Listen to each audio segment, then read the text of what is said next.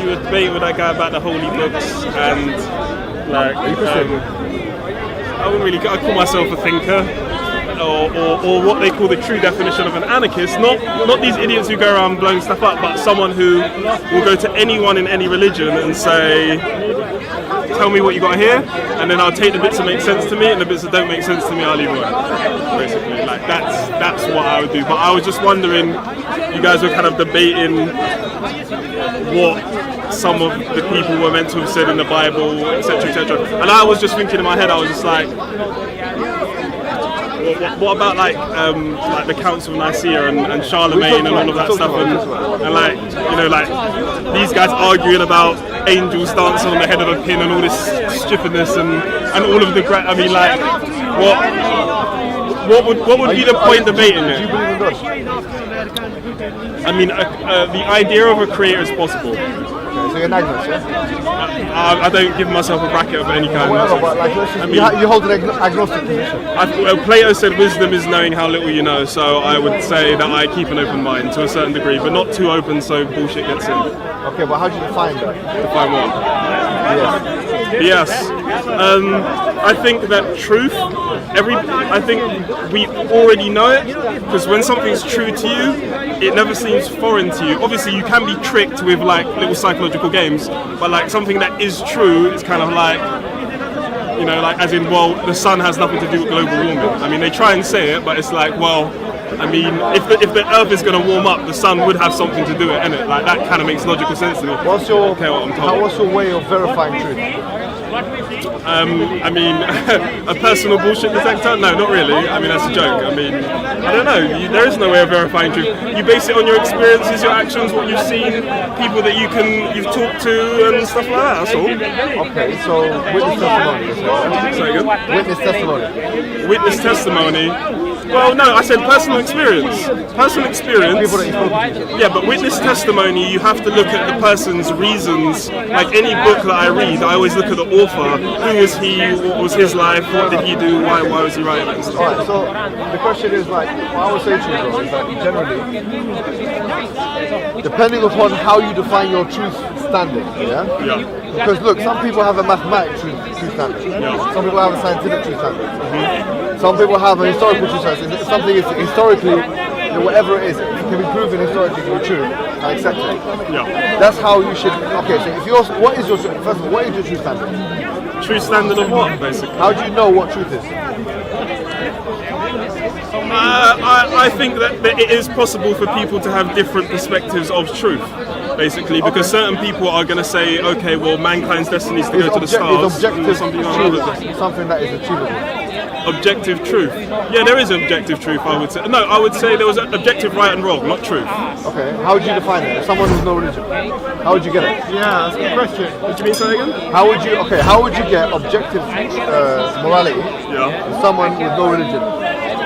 Well, it's difficult because obviously if you believe in, if you take the idea of evolution to the furthest degree, then you're going to believe that everybody, you know, there is no point. It's all just a cosmic joke. So if I just basically start punching everyone now and you will beat me. Yeah? How can you objectively show me that raping a 1-year-old baby on your worldview is wrong? I believe that all human beings are born with an objective moral centre within them. Where is it based on? My belief is based on the fact that all of this stuff to do with so-called sexual liberalism and the fact that children can be included in that was purported by Kinsey. This was the Kinsey Institute and all of this stuff. What you believe? How can you prove it? How can I prove it? Well, there are good documentaries of testimony of people who are actually there. Now, obviously, you can take the idea that anything can be faked, and yeah, it could all be bogus. I don't get what you're saying. I'm just asking you a simple question, right? You're saying here, because you've used some words. You said BS, yeah? Yeah. You used, okay, I find out what's true and I take it. I'm just saying, how do you find out if anything is true in your worldview? How do you come to the conclusion? Yeah, this is true. This is false. I've come to the conclusion that you probably can't. Okay, I like that. Now honesty is coming from you. What's your name? Patrick. Mohammed. Well, now we can be formally introduced. Yes. So I'm happy now you come to that conclusion. Yeah, you know why? Because now we can help each other. Okay. We can help each other. The reason why we're going to help each other is because now we want to make sense of the world, right? We want a system whereby we can actually make sense of the world. Morality can start making sense to you. Existence can start making sense to you. Truth can start making sense to you. I'm going to tell you how you can do this. Okay, I'll tell you something. Everything has limitations. Mathematics has limitations. Did you know that? You know mathematics has limitations. You might say, okay, it doesn't have limitations. I'll say, yeah, it does have limitations. You know, research this guy called Kurt Gödel, yeah? Very interesting philosopher, yeah? Who? His name is Kurt Gödel, G-O-D-E-L, yeah? He made two theorems, one called Incompleteness Theorem 1, and the other one is called Incompleteness Theorem 2. What he tried to do is show that parts of mathematics are inconsistent. And up until this day in the philosophy of maths, people are struggling to find out answers for this. That's one example. In science, we know that science is changing. How do we know that? Read Thomas Kuhn, the structures of scientific revolution. Science changes, therefore, it can't be completely true at all times. And as well, it's funded by the big powers. They fund science. They fund the grants. Scientists run on grants. They've got families to feed. You know what? They're not telling you what they want. What you say might sound like a conspiracy theory to the people, but it's not. Let me tell you why it's not a conspiracy theory. Let me tell you why it's not a conspiracy theory. The reason why it's not a conspiracy theory is there's an oversight body called cytometrics. Cytometrics is actually a way in which it tries to show how much oversight is being done to science. So in other words, when one scientist comes out of his published materials, they say, okay, this other scientist, is he going to find out if this person has done it wrong or not? And that oversight has gone down. Even The Economist had an article on this recently. It said that oversight in science has gone down. In like in the 2000s, it's about 15%, where in the 90s it was about 30%. Anyways, the point I'm making to you is, if you're looking for something that's absolutely, completely true, everything can be criticized, yeah? Science, maths, everything. Now I'm going to say to you, look, so how do we actually function? I'm going to tell you how we function, me and you, yeah? Me and you function on a probabilistic type reasoning. That's how we function. So like, for example, I say, I'm probably here. He's probably real. Did you get it? These are probably sunglasses. And so on and so forth. If I call someone, yeah, I probably know that it's actually that person on the other side of the phone. Even though literally it could be someone else faking their voice. Scientific pessimism. No. What I'm saying is that we work on probability reasoning. Yeah? Yeah. I'm saying if we use that same reasoning, Yes. let me just introduce you to one argument. You believe in a higher power, you say it's a higher power, right? So I'm saying, let's use that same argument now. Let's go through this. We as Muslims, we believe that prophets were sent of all time, prophets and messengers. All of them with the same particular message, to believe in one God and to worship one God. That they were sent with two things, a message and a miracle. A message and evidences, you could say, yeah? The message was to believe in a one God and to worship a one God. The evidences... Yeah, but weren't the Egyptians doing that with Amun-Ra and Aton back in their time? And he was the guy who took the polytheism that they had with all of the gods with the heads, and then he was like, no. That's why the Christians even say Amen at the end of their prayers now. They don't even know why. Because Amun-Ra, he was the sun, he was the guy in the sky, he was Isis, Horus, Osiris. He was the guy who was basically the real founder of monotheism. What we believe in, and we can substantiate this with not only scriptural evidence but historical evidence, we can say that even to the Egyptians there were prophets that were sent. So for example, obviously in the biblical narrative and the Quranic narrative we believe Moses. Now if you look at the time of Murempata, the Stela of Murempata, the Stela is like a big rock that the Egyptians write on it, On the 27th line, it says that Beni Israel were there. Now who are Beni Israel? Almost all Egyptologists agree that Beni Israel here are the children of Israel. So the children of Israel is a reference to the people that Murempata says we excluded from the land and all this kind of thing. Now, this coincides with the time of Ramses II because Murempata was at the same time of Ramses II. From this we can say that even our claim that there are prophets that have come of full time with the message that there's only one God worthy of worship is substantiated not only archaeologically but with primary source materials from the Egyptians. Now you mentioned the Egyptians, that's why I've mentioned it. But then I could find a bunch of black dudes over there, a bunch of Chinese people over there, but plus as well, the thing is, why do we focus on one area of the planet at one specific time and then say anything that happened there gives the historical right for everything. What about the other random people with Aboriginals in the jungles doing what they were doing? Why is not what they believe relevant as well? Why don't we follow that shit now? I'm saying it's all irrelevant, and you've got 70 years, and you might as well just keep it moving. Let me say something, right? Let me ask you directly. Let me say something, yeah? That look, we agree with that point. That point that you said, that why is it that we should talk about one relevant, one part of the world? I'm thinking that you're saying the Middle East, yeah? Yeah, why do we focus on there and say it's all about there? Like, what about the blacks? What about the Russians? By the way, let me say to you a few things, yeah? Number one, we have a tradition of the Prophet, which some people say is authentic, which says that basically there was 124,000 prophets. Now, each of these prophets were sent to their people in their time. Now, obviously, human existence is a long time. In order to cover geography and time, you need more prophets. All these prophets were sent to specific people at specific times. As to your direct thing about black people, we have authentic narrations that say, for example, Moses was black. That the Prophet Muhammad ﷺ said in the hadith that basically I don't give a flying fuck if he was green or but hold on. That makes a lot of hold on. You made the claim that why is it the case that the message is only being delivered to a certain kind of people in a certain place? Yeah? Fine, you know what I'm saying to you is that some of our mightiest messengers, like Moses, and some say even Jesus, that he was darker than obviously the depictions the Christians have, that these individuals were sent first of all to Africa, so because Egypt's in Africa, and at that time in Africa, I'm Egyptian, but obviously people didn't look like me. They look more like you, my friend. So when Moses came to his people, it came to people that look like you, not people that look like me. Even though what you might associate with like Moses and the story of Moses is people that look like me. You're saying what happened to the black people. I'm saying the black people were part of our narrative. Okay. So all I'm saying is the reason I know, I'm just to wrap up, I understand the reason they do this is because we spoke about this last night, my friends. Everybody needs a narrative. We all need stories. Yeah, but so do people like yourself. Of course we do. We tell ourselves, we all tell ourselves stories to basically get through. But I think that when we let these stories obscure to the point where basically, like, you know, Patrick, argue about them, I think. Patrick, you've got to realize something, that we're living in this world. This world, everyone's got a bias. You've got a hedonistic bias. You don't realize it. You're a hedonist of some sort. You might even be a utilitarian without knowing it. You might believe in that. You know what you might believe? Yeah, I might be anything. But you don't even know what you're like.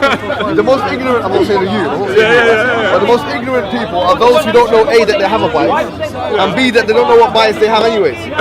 Okay, do you know what I'm saying? We have to realize something, that we're all biased. We're biased. It's not about having a bias, it's about which bias is true. Alright, so what I'm saying to you is that our narrative, we have evidences that substantiate its truth value. You get it? So it's not like we're just coming to you today and saying, look, believe, and these are nice stories here. No, I'm coming to you today, Patrick, saying, look, we have a narrative, yes. We have a bias, yes. We admit it, because that would be disingenuous if we didn't admit it. But what I'm saying is that with this narrative, and with this belief, we also have evidences. And if you're a man of probability reasoning, as we talked about in the beginning, then you would accept that, okay, at least we have a case. Okay, so just to wrap it up, I would say that I agree with that, but I agree with you all the way up until my probability reasoning doesn't take that particular narrative, although I respect it. What you said there doesn't make sense. You know why? Because probability is a branch of mathematics. You can't say my probability. It doesn't make any sense. No. Well, I just mean, okay. I would say the way my bias reasons. No, forget that. The way my personal bias reasons. The thing is, look, I'm not saying mathematics is perfect, but probability is a branch of it, Now, probability is something which can be reasoned on a logical level, If I say to you, look, what is the probability of flipping 2 coins? Even logic itself can be argued. The big boys do it all the time. They come in with a new law and say, hey, look, this is logical, and that wasn't logical, and you have to believe it. So I'm asking you a question. Do you take rationality as a premise? Yes or no? Because now you're going deeper. You're saying that anything can be argued. I'm saying the same thing, but I'm saying, do you accept that we're rational, sentient, cognizant creatures that have the ability to rationalize with one another and come to logical? Yeah, I do. Okay, so that's what we're talking about. The basis of. Okay. But at the same time, people who have the same. Are you basically trying to say that if you are a rational person, you're a Muslim? Bottom line, is that what we're saying? No. Okay. I'm saying that. Because if you're not saying that, then we're in agreement. That's all. No, I'm not saying how you define a person is different to. Because you can have a rational person, like a doctor, yeah, coming out of his surgery, who's been, cutting people up in surgery and all these things and telling people, giving advice. Comes out, smokes a cigarette. Yeah. Okay, he's a logical, rational person, but is he doing a logical, rational thing? Well, we're naturally irrational creatures, obviously. That's why I'm here on a Sunday. The point I'm making to you today. All my friends want to go and eat lunch, and I'm still standing here because I'm an irrational creature. What I'm saying to you is, just because someone could be rational in all of the majority of their worldly transactions, it could be that some of their worldly transactions they act absolutely irrationally. My contention is this: that Islam as a religion, and if you ask me to, I can prove it. Yeah, but it depends on if you want me to answer this question or not. My contention is that on a theological level, and on a scriptural level, that Islam is the only coherent worldview. Do you know what? I tell you what, bruv. At the moment, I spend a lot of my time just trying to survive, and I'm going to try and retire early. I swear at 50, and then I'm going to sit down. I'm going to get all the books out. I'm going to go through all of them myself. I'm not going to go through anything because, hopefully I will. If I don't, then que sera, and then I'll be able to be like. And if I get to that point, I'll be like, damn, that guy was right. I'll tell you what. But until then, I can't prove it. Okay, in that case, you can't prove it. But you haven't asked me. Okay, you can't prove it, but you haven't asked me to prove it for you, or to try and show you the evidence. You know what the thing is? No, you know what? That shows me. That shows me you don't want to. No, because this is a logical journey. This is how you do it. It's like Plato. He done it with the dialogue. Innit? You bring someone in the dialogue. It's like I am going to show you the way, and I'm just like, listen, forget it. If you don't want remember I said a true anarchist. I come, I listen to what I want to listen to, and then the parts that I don't want to listen to. Do you know what it sounds like? I think it's cool. You're saying this. But I respect You're saying this. You're saying that. Whatever you show me, whatever you do, I'm not looking to change my life at the moment. Not at the moment. Yeah. I'm talking about ever until I see reason to. Plus as well, as you said, the doctor who smokes, we do loads of irrational things anyway. So it is what it is, isn't it? That's just life. That's human nature. That's who we are. That's it. That's all I'm saying something here to be as people. Assalamu alaikum. My name is Vegard and I'm a Norwegian Muslim convert. I cannot express how grateful I am for Allah to have guided me to Islam. In my country, there are no Islamic schools or dawah centers that fully operate in my language. A lot of the Islamic programs here are in Urdu, Arabic and Somali, and I don't understand these languages. We new Muslims need a place where we really can learn Islam. Alhamdulillah, Allah guided me to the dawah organization IslamNet, who helped me stay firm in my religion. We are now raising funds to establish a Norwegian masjid and dawah center that will educate our people about Islam in the Norwegian language. The Prophet ﷺ said, whoever builds a masjid for Allah, Allah will build for him a similar house in Jannah. If you take part in this project, you will inshallah be rewarded for all the new Muslims who learn about Islam and all of the Muslims who learn to give dawah, and every single person who accepts Islam through this center. This will inshallah be an endless ongoing charity for you. And let's not forget, Allah will inshallah build for you a palace in Jannah. As a Norwegian Muslim, Norway is my country, and dawah to these people is my responsibility. And you are my family. Please donate for the sake of Allah and build for yourself a house in Jannah. And whatever you give, Allah will give you more in return. And please click on the share button so you can get the reward of everyone who follows you in donating for this masjid. May Allah reward you.